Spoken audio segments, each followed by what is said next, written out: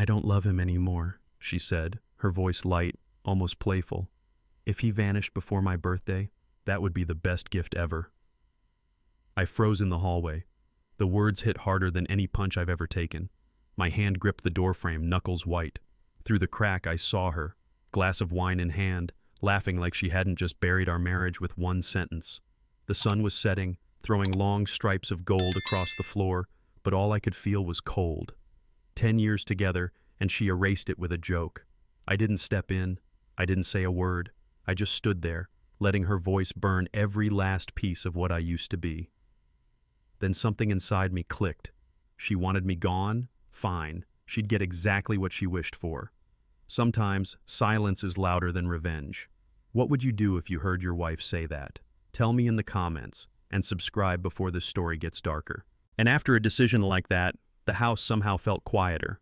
The Keurig clicked and hissed, dripping into my favorite mug while Madison floated in, talking about champagne gold napkins like we were planning a royal wedding. I nodded, reached for my phone, and paid the invoice she pushed across the island. My eyes drifted to the Cancun wedding photo on the wall. Sunburnt smiles, cheap sandals, the year we swore simple is enough. Her screen lit up, a text from Brooke with a row of sparkles. Madison laughed, said something about a sax player and soft lighting. I stirred my coffee, tasted nothing. There's a kind of anger men my age understand, the kind you don't pour out. You pack it tight and carry it. I swallowed mine, set the mug down, and chose silence over a scene. Some fights you win by refusing to show up. I grabbed my keys for work, heart steady, face calm, because this wasn't the day to break. Not yet. That night, when every room finally exhaled, I opened my leather notebook and wrote 2 words. 7 days. The microwave clock blinked 11:42, a stubborn blue heartbeat in the dark. The fridge hummed, the neighborhood slept. I sorted papers the way I've always done. Contracts on the left, insurance in the middle, receipts on the right, small rituals that make a man feel like he still owns his life. I closed the notebook and ran a thumb across the edge, the way my dad used to seal a promise. She wants me gone, I whispered to the kitchen air. Okay. Not a threat, a plan. Married guys my age know this posture. Shoulders low, jaw unlocked, hands steady. We get quiet when it matters. I slid the notebook back into the briefcase, killed the light, and listened to the house breathe around us. She slept upstairs, dreaming of centerpieces. I lay awake beside her, counting down. Tomorrow I'd start moving pieces. Quietly. Precisely. And she wouldn't see it coming. Morning sun laid warm stripes across the floor, but between us the air felt colder. On the drive to work, live oaks whispered over the hood. By breakfast, Madison was workshopping a playlist and a sax solo like it was a headline act. Whatever feels right, I said, and took a sip of coffee that tasted like cardboard. It's funny how 2 people can share a kitchen and not a life. I answered her questions the way you answer a clerk. Polite, brief, nothing extra. She didn't notice. People rarely do when they're center stage. The more she talked about marquee letters and soft lighting, the more I stepped back from the frame. Not sulking, just unplugging. Men my age don't always announce the exit. We eased the truck into gear and let the road do the talking. I rinsed my cup, grabbed my bag, and let the door fall shut behind me. The latch clicked. That sound stayed with me all the way to Plano. From my office window in Plano, Highway 121 looked like it always does. Trucks pulling loads, guys getting it done. I stuck a yellow note to my monitor. 7 days. Day 1 starts with breath control. I inhaled slow, the way the doc told me after 40, and lifted the phone. Vendor list, top to bottom. There's a power in going first. When you act, you set the rhythm. I called the ballroom to confirm details, wrote down names, asked timestamps, logged everything like a foreman walking a site. My hand was steady, voice even. A man doesn't need rage when he has a plan. That's something you learn after a few dents in the fender and a few birthdays you stop counting. Before lunch, I had a clear map, a tighter timeline, and the weight inside my chest started to shift from hurt to purpose. 7 days isn't long. It's exactly enough. I looked at the clock, loosened my shoulders, and dialed the first real move. I started with the florist. "This is Ethan Walker. I'd like to settle the full balance today." Card, receipt, file saved. Then the band, no drama, just numbers. Then the decorator, final invoice, paid in full. It sounds backward, I know, but any man who's untangled a mess understands. You close the tab before you walk out. Pay it all, leave no whispers, no leverage, no, "you owe me." When the dust clears, fairness matters. I wasn't buying her happiness, I was buying my exit. With every payment, the knot loosened. If you've ever cleaned out a garage on a hot Saturday, you know the feeling, load after load, and then suddenly you can see the concrete again. I lined up the PDFs like tools on a pegboard, labeled and neat. By the time I shut the laptop, the hum in my head had gone quiet. I checked the sticky note, 7 days, and smiled without showing teeth. Tomorrow, the real cancellations begin, and no one will see me coming. The next morning kept the same quiet hum, which made the next step feel even louder. I opened a new email to Ms. Alvarez. Subject line simple, finalized draft. I attached everything a married man keeps in a safe. Policy numbers, the truck title, the house documents, clean copies with clean edges. No drama, just facts. She'd asked for a window to sign before Friday. I blocked the time like I would a job site inspection. There's a steadiness men my age understand. When the work needs doing, you do it right the first time. I read the draft one more time, breathed out, and felt something settle. This wasn't about punishing her. It was about protecting the man I was trying to be. My thumb hovered over send. Funny how 1 inch of screen can carry 10 years of marriage. I pressed it. The quiet didn't change, but I did. My phone buzzed in my palm. New message incoming. I already knew who I needed to text next. I typed Mark's name, my brother in Austin, the one who never needs a long story. "Need a place to cool my head, a week or two." His reply came fast. "Come on down, garage has room." You can't buy that kind of safety. You only earn it, one Thanksgiving and busted radiator at a time." I walked to the little dish by the front door and set down the extra house keys. Madison's key stayed on the ring. Mine slid free with a soft scrape. Decision sounds small when you hear it. It feels bigger in your chest. I checked the calendar and did the math. 72 hours to clear Plano without a scene.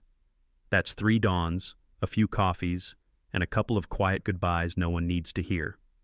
Guys my age know the drill. Load the bed of the truck, point the nose south, and keep your word. I pocketed my phone. One more call, and the plan would have a lock on it. Tyler picked up on the first ring. Army vet, steady hands, the kind of friend who shows up with tools and doesn't ask for your side of the story. "Need a locksmith job," I said. "This Friday, 6 p.m., she'll be at the venue." I listed it out like a punch list. Front door, back door, garage keypad, side gate, even the mailbox if we had time. "Copy," he said. 2 guys to move her things. Clean, respectful. We'll document everything. There's a comfort in precision. Any man who's ever measured twice and cut once knows the feeling. Tyler's Roger hit my ear like a bolt sliding home. Boundaries aren't threats. They're lines you paint bright so no one wanders in the dark. We set the timeline, confirmed the names, and hung up without a single extra word. I stared at the empty hallway, imagined the new keys catching the porch light. All right. Money settled. Lawyer looped in. Safe place waiting. Now came the quiet logistics. Before lunch, I started moving the bones of our life, quietly, cleanly. Contracts for the project I led went into my private drive. Insurance PDFs shifted to a folder with today's date. House and truck files got their own corner, labeled like sockets in a case. I removed shared access on anything with my name on it, not out of spite, out of sense. If you've ever cleaned a workbench on a Sunday night, you know the peace that comes when every wrench has a home. I mirrored the folder to an external drive, set it on the desk, then did the same to a backup drive. Belt and suspenders. The point wasn't to hide, it was to stand on solid ground and say, "This is mine to carry." When I finished, the desktop looked like a new garage floor, swept, clear, ready. I closed the laptop and listened for any change in the house. Nothing. Good. I wanted this disappearance to be invisible until it wasn't. By late afternoon, it was time to touch something real. I pulled the suitcase from under the bed and packed like a man who knows what actually matters. 2 pairs of jeans, work boots, 3 shirts I've worn thin, the jacket my dad gave me when I turned 30. No trophies, no souvenirs. I set the suitcase by the door and took out a single sheet of paper. My handwriting has always been blocky, like a carpenter's pencil. Happy birthday. That's all it needed to say. Not cruel, just exact. I slid the note into an envelope and tucked it into the inside pocket of my jacket, the way you'd place a level on a shelf, straight and sure. Then I pulled the zipper on the suitcase. The sound ran across the room like the line at the end of a sentence. Some endings don't need speeches, they just need a period. I stood there, hand on the handle, and felt the weight shift. Next stop, the open road. Before the road, there was one more picture to file away. Madison stepped out of the bedroom in a silver dress that caught the hallway light and threw it back like water. She turned, checked the mirror, lifted her phone, and snapped a selfie, the kind you send to friends who clap with emojis. Her screen lit up. Brooke, then 2 more. Can't wait! Tonight will be insane. I stood in the doorway just outside the frame, a ghost in my own house. It's funny. Men my age learn to read rooms the way we read weather. You feel the pressure change before the storm.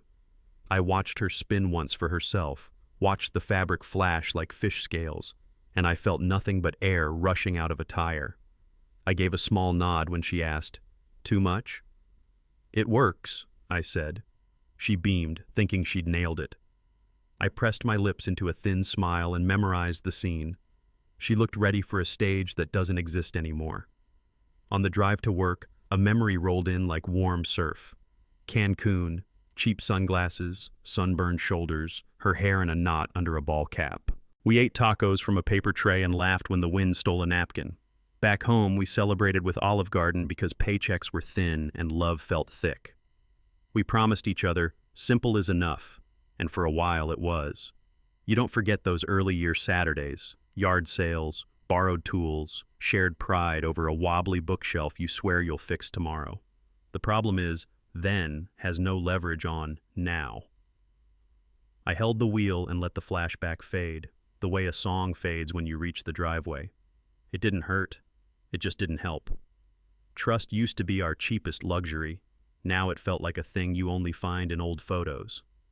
At the light, I looked up at the sky, said nothing, and let it go.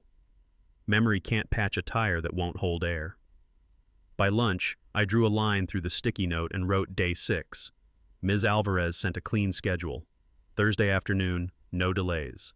I locked it in like a meeting you don't move. Then the first email hit, refund processed. It wasn't the amount, it was the timestamp. That's when you feel the gears catch. Ask any man who's rebuilt a carb or fixed a stubborn door, there's a click you're waiting on, a sound that tells you the thing will finally run. I sat back, let my shoulders drop, and watched the confirmations stack like neat lumber. This wasn't vengeance. This was framing a wall straight so the house doesn't creak at night. The truth is, once you start a clean exit, your pulse changes. Food tastes like food again. Air tastes like air. And the doubt that used to buzz under your skin goes quiet. I checked the calendar. 6 days isn't long. It's exactly enough. The machine was moving, and I wasn't about to climb off. I drafted the ballroom email the way a decent man ends a handshake. Clear, firm, no guilt tossed around. Thank you for your help. Please release the date. Process the refund to the payer on file. Hit send. 10 minutes later, their reply arrived like a stamped envelope. Refund approved. I saved the PDF to the birthday canceled folder, named and dated, then dragged a duplicate to the backup drive. It's not about hiding.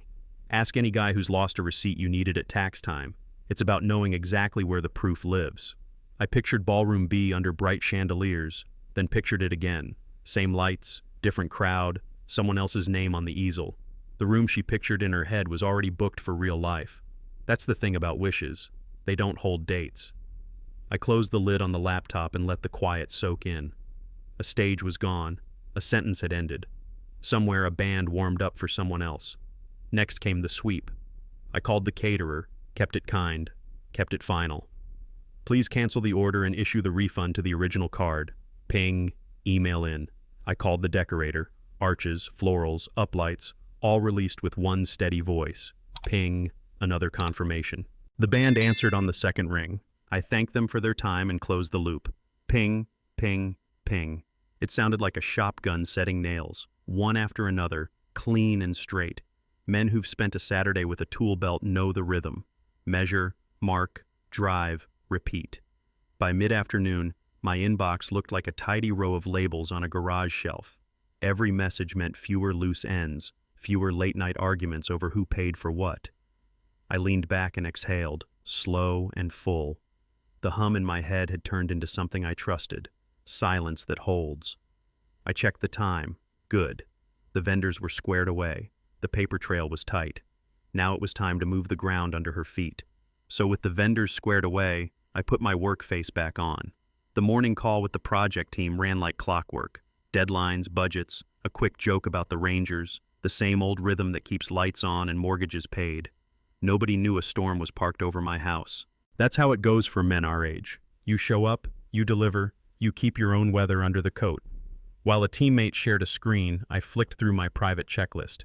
Delivery timing, courier window, locksmith lineup. Boxes turned green, one after another. Out the window, Plano looked steady. Trucks rolling, guys getting it done. Inside, I was tightening bolts nobody else could see. When the call ended, I smiled, said, "Appreciate you," and hung up. 2 lives, same voice. At the office, the world was calm, predictable. Back home, the ground had already started to slide. That contrast sharpened me. By lunch, the plan wasn't just alive, it had a pulse I could measure.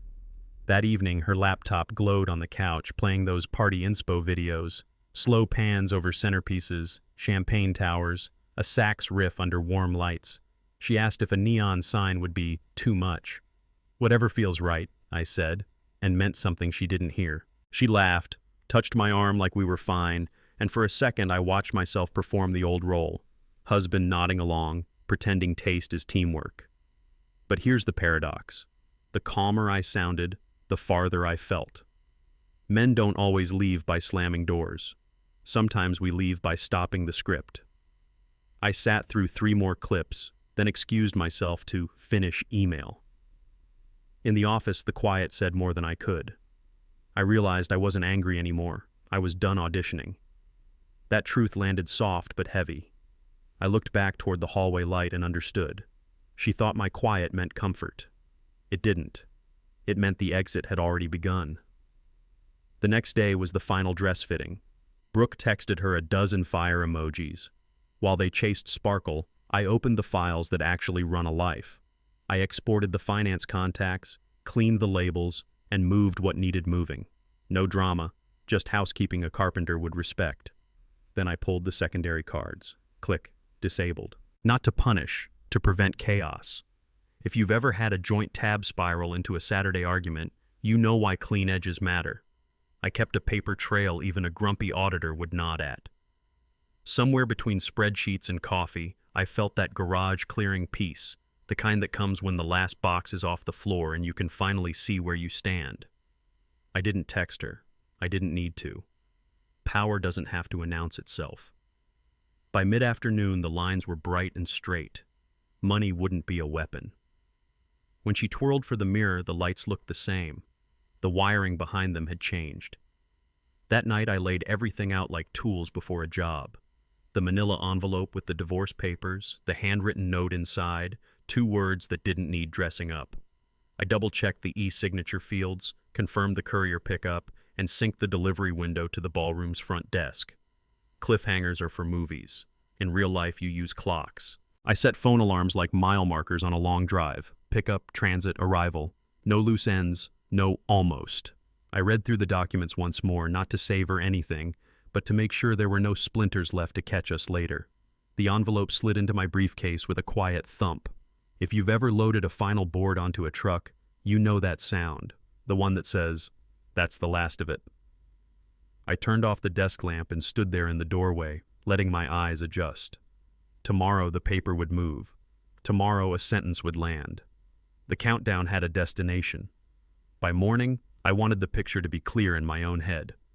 I set the suitcase by the front door, handle up, ready. I dropped my personal keys in the little ceramic tray, felt the weight leave my pocket.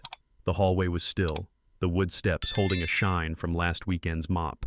Funny how a house can look perfect when a home is gone. I stared down the run of the staircase we'd carried furniture up, heard echoes of laughs that didn't belong to this version of us. Men keep inventory in moments like this. You count what you can carry and bless what you can't. I touched the suitcase handle and knew this address would keep sheltering someone, but it wouldn't be me. That's not bitterness. That's measurement. The knob turned smooth when I checked it, an old reflex before a trip. The latch clicked, soft as a closing book. I looked back once and felt nothing tug. A roof is a roof. A home is a choice. From that threshold moment, the morning rolled on like any other. Over coffee, Madison scrolled her guest list and paused on a name that made me look up. Tyler's coming, right? She meant a different Tyler, some guy from her office, not my friend. Invite whoever you want, I said, and let the line sit there. She smiled like a queen tapping a scepter. It's strange how confidence blooms when you think the ground is solid. I rinsed my mug, walked to the office, and opened the final email to Ms. Alvarez. Attachments double-checked, timelines confirmed, delivery instructions for Friday locked in. A decent man writes plainly when it matters. No blame, no fire, just facts that hold. I read it once, twice, then typed the last sentence and signed my name. In the doorway, Madison laughed at a text, music chirping from her phone. I clicked send. The message left with a soft whoosh that sounded louder than it should. One more piece in motion, no turning back. After work, I stopped at Costco, the way you do when you're low on paper towels and coffee. I pushed the cart past the bakery, and there it was, an entire case of wedding cakes iced like snowbanks. I paused half a step, then rolled on. You learn at 45 that you don't have to touch what used to hurt. Near the checkout, my phone buzzed. Refund received. The number didn't matter. The direction did. Money always tells you where the truth is headed. I thumbed the notification and felt something unclench. Back in the truck, I sat with the engine off for a minute, windshield full of late Texas light, and let the quiet do its work. If you've ever returned a load you shouldn't have bought, you know the relief. Trunk lighter, mind clearer, road ahead open. Every dollar back, I thought, is one step out. I started the engine, turned toward home, and felt the steering wheel answer firm in my hands. Before dusk, I pulled into the Home Depot lot and spotted my Tyler, boots dusty, palms nicked, the kind of man who looks like he belongs near tools. We didn't hug. We shook hands, gripped firm, and stood with our shoulders to the wind. I handed him a sealed envelope. Names of the locksmith, the movers, timing, access codes, the order of operations like a job site plan. He skimmed, nodded once. Friday, 6 p.m. She'll be gone? She will, I said. Clean, respectful, documented. He tucked the list into his vest. Roger. That single word landed like a bolt sliding home. Men who build things understand rhythm. Arrive, assess, execute, sweep. We walked the plan in 10 sentences. No drama, no detours. Then we stood quiet, watching a father and son load plywood into the back of a Silverado. Tyler clapped my shoulder. You're good. I believed him. We split without looking back. 6 o'clock wasn't a time anymore. It was a promise. That night I opened the spare room and treated it like a project bay. I laid out boxes, a Sharpie, clear tape, and the garment bag she liked for her dresses. I made a list. Shoes, coats, vanity items, keepsakes, then labeled each box in block letters a delivery driver could read. I took photos of the contents and the labels, every angle square and obvious. Evidence, not emotion. You can fight about feelings for years. You can't fight a time-stamped picture. It felt like cleaning the workbench after a long week. Wipe the stains, sort the sockets, hang the wrench that always goes missing. When I finished a row, I stepped back and looked for any stray pieces. None. The room looked like a shipment waiting for a truck. No judgment, just movement. I saved the photos to a folder with the date, mirrored them to a drive, then shut off the light. If we were going to end tidy. The shower ran hotter than usual, steam fogging the mirror until my face blurred into something simpler. A man and a choice. I stood there, letting the water thud against my shoulders, breathing like the doctor taught me after a rough year, 4 in, 6 out. The sting eased, and a different heat took over, resolve. Men don't always talk about the ache that lives between the ribs. We sand it down with quiet routines, hot water, a worn t-shirt, a room gone still. I toweled off, pulled on the old tee with the frayed collar, and felt the weight of the day drain away like suds down a grate. Sad isn't the right word. Done is. I looked in the mirror and saw the line finally draw straight. No more fixing what won't hold. No more pretending there's a good scene left in the script. I clicked off the light, the fan humming low, and carried that calm to bed. Tomorrow, the plan would get teeth. Morning timing mattered.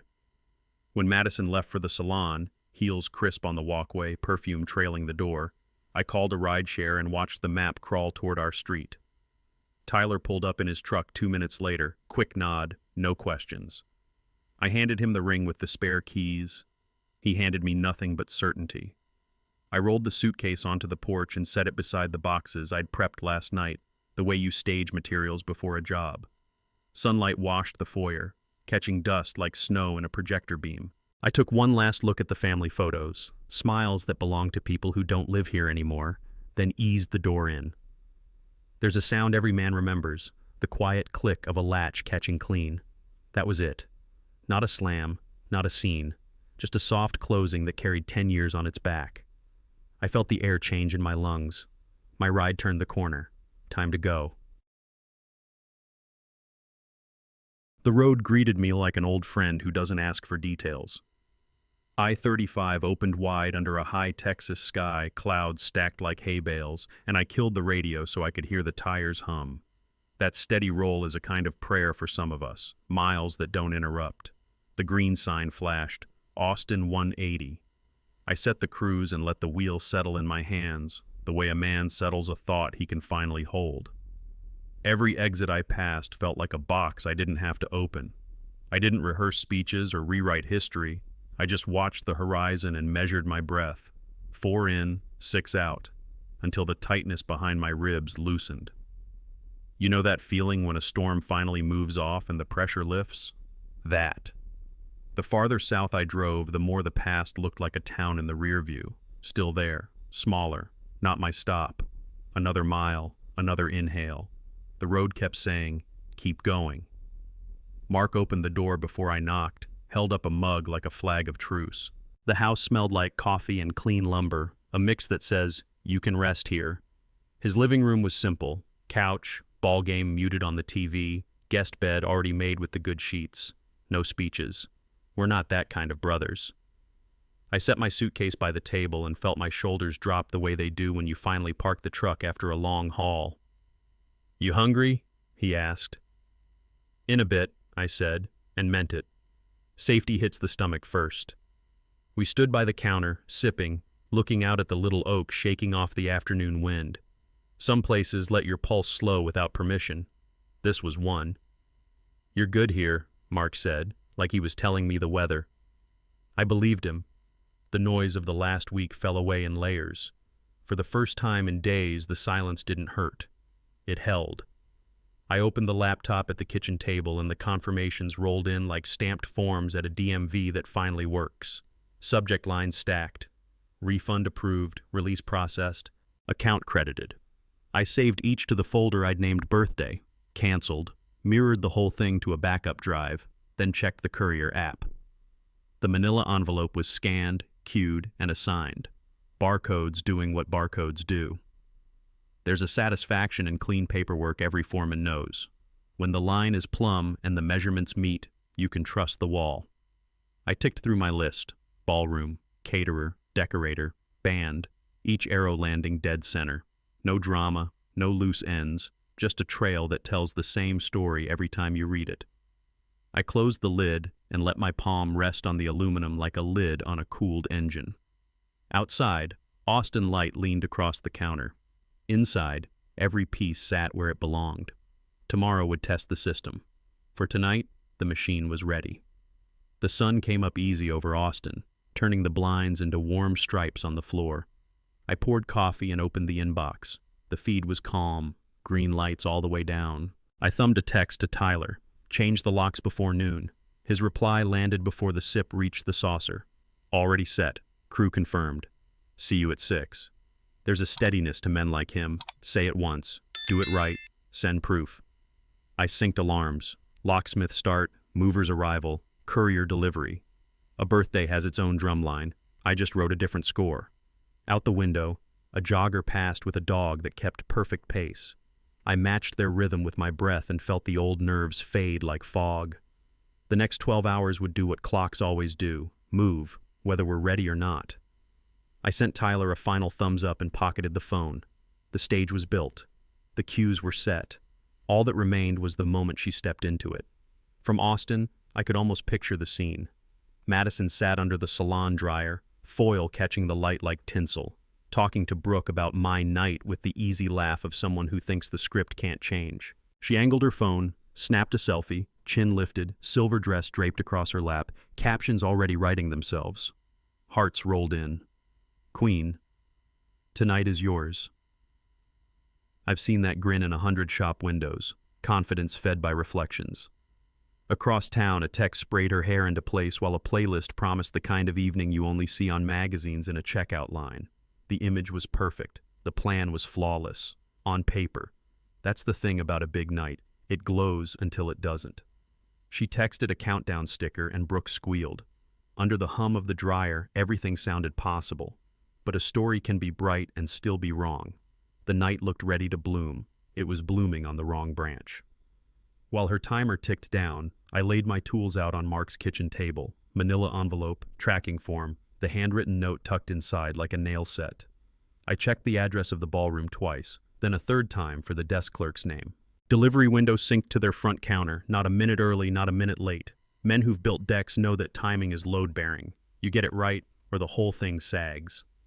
I scanned the barcode, watched the courier app turn from gray to green, then rehearsed the path in my head.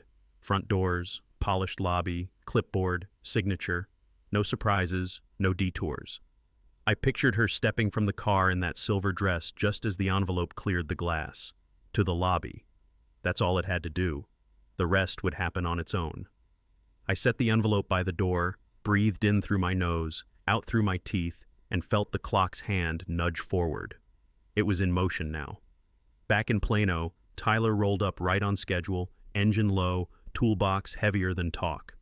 He waved in the locksmith, lifted the gate latch, and they went to work. Screws in a neat pile. Old deadbolts eased out like bad teeth. The movers kept pace, boxing what I'd staged, sliding garment bags across the rail, loading with the kind of care you only learn after a few broken lamps. No yelling, no scuff marks, just hands that know what a clean exit looks like. Metal met metal. A new cylinder turned home. Try it, Tyler said. The locksmith twisted the fresh key and the mechanism answered with a clean, certain click. History doesn't always slam the door. Sometimes it seals with a whisper. They labeled the keys, snapped photos for the file, and swept the porch like they'd been raised right. When they finished, the house looked the same to anyone passing by. It wasn't. A line had been drawn you couldn't see, but you could feel. Late afternoon, Madison and Brooke pulled into the Magnolia lot, music up, windows down, that silver catching the last of the day. But the first note was off. No floral arch, no uplights kissing the glass. The parking felt wrong, half full of sedans and company badges on lanyards. Brooke frowned at the curb, then smoothed it over with a joke. Madison killed the engine, adjusted her strap, and walked toward the doors like you do when you've already decided how the night will go. Inside, the foyer was bright and busy, but not for her. The welcome sign held a logo she didn't recognize. She looked for her name on the easel and found a blank space where it should have been. That's the moment even the strongest plan gets quiet. She pressed her lips, squared her shoulders, and marched to the front desk, script still clutched in her fist. "The Collins birthday," she said, calm and clear. The clerk glanced down at a list that would not obey. The receptionist ran a finger down the page, paused, and shook her head with the kind of sympathy people learn on day 2 of the job. "I'm sorry. Ballroom B was released this morning." Behind them, a cluster of suits laughed at something only coworkers find funny. The sound didn't match the dress. Madison blinked, as if her name might appear if she stared hard enough. "There must be a mistake," Brooke offered, small and sharp. The clerk checked again, then tapped the entry. "Cancelled. Refund issued to payer on file." The words were plain, not cruel, which somehow made them heavier. Laughter from the other event drifted through the hall. Corks, glass, a mic check, a life going right for someone else. That's when the ground under her plan buckled. She took a half step back as if the floor had shifted. Paper dreams don't survive hard edges. The night she imagined was still lit up somewhere, in another room, under someone else's name. And this was only the beginning. The clerk was still explaining policies when the glass doors sighed open and a courier stepped in, scanning the room. He held a tablet and a thick gold manila envelope like it was just another Tuesday. "Mrs. Reed? Signature, please." Madison answered on reflex, chin high, voice steady, but her hand betrayed her, jittering as she signed the screen. He placed the envelope in her palm and left before a question could form. The lobby lights felt brighter. Brooke hovered, whispering, "It's fine, it's probably—" But the weight said otherwise. Madison slid a nail under the flap and hesitated, the way you do before you pull a bandage. People moved behind her, heels on tile, laughter, a bell from another ballroom, life in the wrong key. She tore the seams slow, paper fibers giving up one by one. The smell of ink rose up, official and cold. She pinched the corners, lifted the contents halfway, then all the way. Her breath shortened. Brooke swallowed. The envelope's mouth hung open like a warning. On top was the note, plain and exact. "You wished I'd vanish. Happy birthday." Below it, the paperwork, names, dates, signatures, the kind of pages that turn a life into lines. There's a silence you can hear. It fell between them now, folding the lobby into a smaller room. Madison's face drained until the silver of her dress looked loud against the white of her skin. Brooke said her name like a question that had no answer. A guy in a suit cracked a joke down the hall. Glass clinked. A mic popped. Someone else's celebration tuned itself. Madison's lips moved, but nothing came out. She glanced at the clerk, at the note, back at the clerk, as if the world might hand her a different letter if she stared long enough. It didn't. The floor didn't tilt, but it felt like it had. She gathered the pages with both hands, edges misaligned, and put the envelope back together by force. "Let's go," she whispered to no one, and turned. They hit the parking lot at a half run, the dress catching the evening air, her hair slipping from its pins. Brooke called after her, "Madison, wait!" But the only reply was the car unlock beep and the slam of a door that didn't care. The engine fired hard, tires chirped, the navigation lit her route home like a runway she couldn't miss. She gripped the wheel too high, the envelope on the passenger seat breathing with every turn. Red lights were long, green lights vanished. The city drifted by in streaks. Billboards, brake lights, the familiar gas station she never noticed until now. At a stop, she read the note again, as if the letters might rearrange out of mercy. They didn't. Brooke's name blinked on her phone. She swiped it away. Her world had narrowed to an address and a key. Somewhere behind the windshield, the life she scripted kept playing. Somewhere ahead, the set had been struck. She pressed the accelerator. The night didn't argue. The porch light threw a clean circle across the lawn, making the dew look like glitter she hadn't ordered. On the steps, 2 suitcases lined up square, a stack of labeled boxes, and her dresses sheathed in clear plastic, hanging from a portable rack like ghosts waiting their turn. It was neat in a way that hurt more than a mess. A neighbor's TV murmured through an open window. A sprinkler clicked 3 houses down. The street was the same street, but she wasn't the same woman. Madison climbed the steps, touched a box just to feel the cardboard bite, and pulled her hand back like it burned. This was the cost of a sentence spoken for a laugh. You think wishes evaporate. They don't. Sometimes they crystallize on your front porch. She fumbled for her keys with the speed of someone trying to rewind time. The house looked calm, staged, almost kind. The arrangement said otherwise. Her life had been placed gently where the weather lives. She fit the key into the front door the way she always had, turned, and felt nothing catch. Try again. Harder. Still nothing. Her breath went shallow. The old brass had always been a little sticky. Tonight it was smooth and foreign. She moved to the back door, then the garage keypad, punching numbers that had always worked, waiting for a tone that didn't come. Behind the windows, the house carried on, appliances humming, a lamp on a timer doing its job, like a stage set left lit after the audience went home. Her heartbeat climbed into her throat, that hollow drum men hear on late ER trips and women hear when the baby won't cry soon enough. She held the knob and knew, the way you know a storm is over, not by the sky, but by the smell. The locks had been changed. Not a warning. A fact. Her phone was already in her hand before she realized it, screen bright on a single name. She pressed call and listened for breath. Her call came seconds after the last keypad failed, the screen burning my name like a flare. I let it ring once, twice, then answered on a steady breath. For a heartbeat, no words. Just the soft static of two rooms that used to be one life. "Ethan," she started, voice thin, brittle around the edges. I didn't raise mine. I didn't ask questions I already knew the answers to. "I hope you enjoy the birthday gift you wished for," I said, each word placed, level and true. There are sentences that swing like hammers. This one was a blade. She inhaled like she might argue with gravity itself. I ended the call. Thumb to settings. Block. Men my age know this truth. Sometimes the kindest thing you can do for both of you is stop the bleeding. The house, the locks, the papers, those were logistics. This was the line. The phone went silent in my hand, the room bigger for it. Somewhere, a door had finally closed. Silence sends you searching. She drove to Brooks, eyes red, dress creased from the seatbelt, hope hanging on the porch light. The door cracked, and there was Daniel over Brooks' shoulder, weeknight tired, protective in that quiet way husbands get. Words shuffled in the gap. "It's late. Tonight's not good." The apology was soft, almost tender, which somehow made it worse. You can feel a friendship step back the same way you feel a tide pull at your ankles. Gentle, firm, not negotiable. Madison nodded too fast, smiled a little too long, and took one reflexive step forward before the hinge reminded her where the line was. The latch met the strike plate with a polite little kiss, and that sound told the truth. Some doors don't need to slam to stay closed.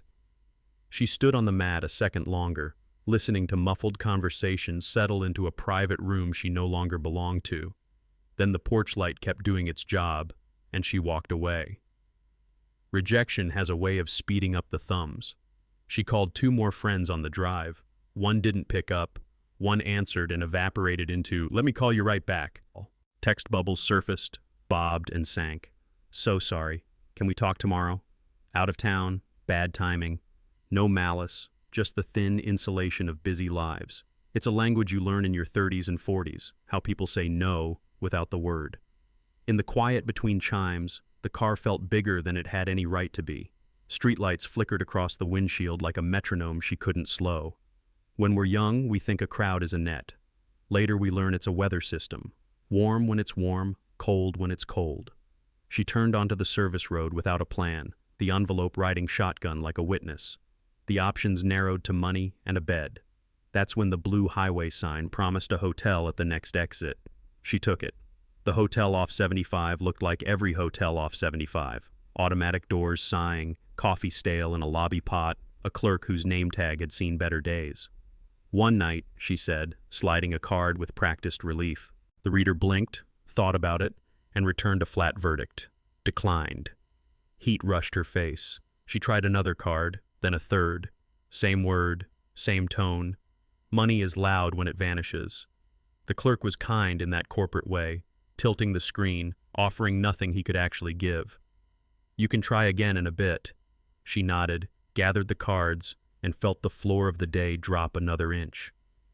Outside, the parking lot lights stuttered on and off like a tired heartbeat. She sat behind the wheel, hands at 10 and 2, and stared through her own reflection in the glass. No room, no couch, no key that turned. The engine ticked as it cooled, measuring out the minutes. The envelope grinned up from the passenger seat, patient. So she stayed where no one stays on purpose, the far corner of the lot, under a lamp that couldn't decide whether to hold or flicker. She pulled her coat tight and watched the breath fog the cabin, then fade, then return. Traffic whispered along the highway like a tide she couldn't reach. The envelope rested on the seat beside her, neat and still, the only tidy thing left in the frame. In the quiet, the questions finally crowded in. The call she didn't take, the laugh in the living room, the wish said out loud to make a friend laugh. Some lessons arrive with sirens, others arrive with paperwork. She pressed her forehead to the window's cold and closed her eyes. Tears came without drama. No sob, just a clean overflow that left salt on her lip. In a city full of rooms, she had a car. In a life full of noise, she had the truth. And for the first time all day, nobody answered. Under that flickering lot light, memory did what it does. It reached backward. She saw a softer night, our first apartment, a mattress on the floor, pizza in a box, my hand warming hers while rain drummed the window.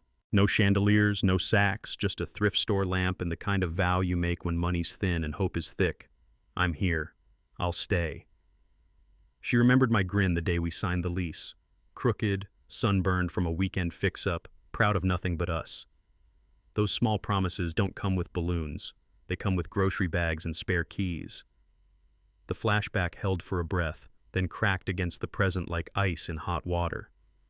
That's the twist no one plans for. The enemy isn't always another woman. It's the sentence you toss like a joke and can't pull back. She wiped her face with her sleeve and understood what the night had been trying to teach her. She hadn't just crossed a line. She'd burned the bridge behind her. Meanwhile, Austin gave me the kind of evening a man can stand on. Mark and I walked the loop around the little lake behind his place, the grass breathing out that wet, green smell after sprinklers, the air warm enough to unknit your shoulders. Somewhere a dog barked at nothing important, a sound that says the world is still ordinary. We didn't talk much. Brothers don't always need to. He let a minute pass, then said what mattered. Sign it, then start living again. Simple words, heavy enough to hold. I looked across the water at porch lights coming on, families setting plates, a whole city quietly choosing each other. The wind pushed against my shirt, not hard, just steady, and I felt my balance return like a level finding center. Payoff doesn't always arrive with applause. Sometimes it's grass, a warm breeze, and the knowledge that you can put your name on a hard thing and still be the man your father would recognize. Back at the kitchen table, I wrote a line on a small card the way a carpenter writes a measurement he can't afford to forget. Respect is a boundary, not a plea. I said it once under my breath, then again, quieter, until the words fit the shape of my chest. I folded the card twice and slid it into my wallet behind my license, something I'd see when I checked out, filled up, moved on. Men our age don't need manifestos. We need rules we can carry. That sentence was mine. I pictured future mornings, coffee, boots, a new routine that didn't include apologizing for wanting a life with clean edges. The cliff wasn't the divorce. The cliff was pretending this wasn't the right step. I closed the wallet and felt the click, that small mechanical agreement between leather and decision. On the counter, the clock changed numbers without ceremony. Good. Tomorrow would ask for proof. Tonight, I'd laid out the tools. The work would hold. Just after 9, Ms. Alvarez emailed a clean window for e-signing, Thursday 2:30. I replied with one word, confirmed. Then I uploaded the last files, watched the progress bar creep right, and let the weight of it settle where it belonged. If paperwork is a frame, then this was the frame around silence. No shouting, no scenes, just pages that said what we didn't have to say out loud anymore. The system pinged. Documents received. I exhaled, long and even, the way the physical therapist taught me after a back strain. Slow out-breath until the noise in your head drops a gear. Law doesn't heal a man, but it keeps his feet under him while he does the healing himself. I closed the laptop, felt the room expand, and heard the easy sounds of Mark's house. Ice clinking in a glass, a cabinet door, a game recap murmuring from the TV. If you've ever hung a door plumb, you know the peace when it doesn't rub. Back in the car, she opened a blank message and typed my name, then one line, then two. Can we talk? I didn't mean delete. Start again. I messed up. Delete. The cursor blinked in a white box that felt wider than the highway. She set the phone down, picked it up, watched her own face ghost the screen. The suitcases in the rear view looked like passengers who wouldn't speak. Somewhere in the lot, a siren moaned past and disappeared. The thing about unspoken words is they don't evaporate. They pool. They get heavy. She pressed her forehead to the heel of her hand and let the air out slow. A manila envelope doesn't end a life. It ends a version of it. The message field waited, patient as paperwork, while she ran out of ways to make the night less true. Finally, she locked the phone and stared at the mirror again. The car showed her back what I already knew. Silence can be mercy, and a verdict. After the weight of unsent words, I chose a different kind of message, the kind you send to yourself. I pulled up a counseling directory, scrolled past the buzzwords, and booked a Monday morning slot with a therapist 10 minutes from Mark's place. Early is best. It keeps a man honest. When I told my brother, he didn't preach. He just squeezed my shoulder and said, "Good call." That landed deeper than advice. At our age, payback looks tough, but it's cheap. Healing is the expensive thing, the thing you buy with time, honesty, and quiet mornings you don't waste on replay. I sat at the table and penciled the appointment into my notebook like a job I planned to complete. No speeches to my ex, no victory laps, just a door I would walk through because I wanted my life back. The climax wasn't fireworks. It was a calendar ding and a steady breath. I wasn't going to hurt her. I was going to outgrow this. With Monday on the books, I started the cleanup every man knows he's been putting off. I closed the joint accounts that didn't need 2 names anymore, then trimmed my socials, unfollowed the loops that kept pulling me into old rooms, muted the people who only talk in highlights. Last, I shut off memories on my phone. Those things will ambush you at a stoplight.